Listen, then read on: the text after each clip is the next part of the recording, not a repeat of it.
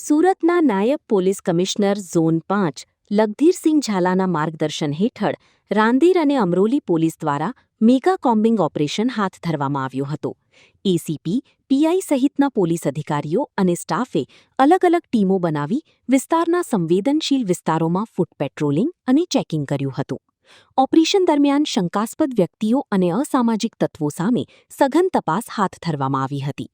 પોલીસની કાર્યવાહીમાં 30થી વધુના કેસ નોંધાયા હતા. આ ઉપરાંત 85 જેટલા અસામાજિક તત્વો સામે કાયદેસરની કાર્યવાહી કરી અટકાયતી પગલાં લેવામાં આવ્યા હતા.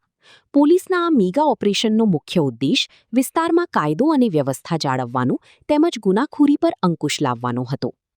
સુરત શહેરમાં કાયદા અને વ્યવસ્થાની પરિસ્થિતિ સુચારુ રૂપે જળવાઈ રહે તે માટે સુરત શહેરના માનનીય police commissioner Shri Anupamsinh Gehlot sir દ્વારા તમામ પોલીસ સ્ટેશનને સૂચનાઓ આપવામાં આવેલ છે અને તેમના માર્ગદર્શન હેઠળ આજરોજ ઝોન 5 વિસ્તારમાં આવેલ રાંદેર અને અમરોલી પોલીસ સ્ટેશનમાં એકી સાથે કોમ્બિંગનું આયોજન હાથ ધરવામાં આવેલ, જેમાં ઝોન 5 વિસ્તારના તમામ પોલીસ સ્ટેશનના અધિકારી અને કર્મચારીઓની વિવિધ ટીમો દ્વારા અલગ અલગ સ્થળે એકી સાથે કોમ્બિંગની કાર્યવાહી હાથ ધરવામાં આવેલી, જેમાં 30થી વધુ જીપી એક્ટ 135 હેઠળ કેસો કરવામાં આવેલ છે. આ ઉપરાંત 85 જેટલા અસામાજિક તત્વો વિરુદ્ધ કાયદેસર કાર્યવાહી હાથ ધરવામાં આવેલ છે તેમજ તેઓ વિરુદ્ધ અટકાયતી પગલાં પણ લેવામાં આવેલ છે.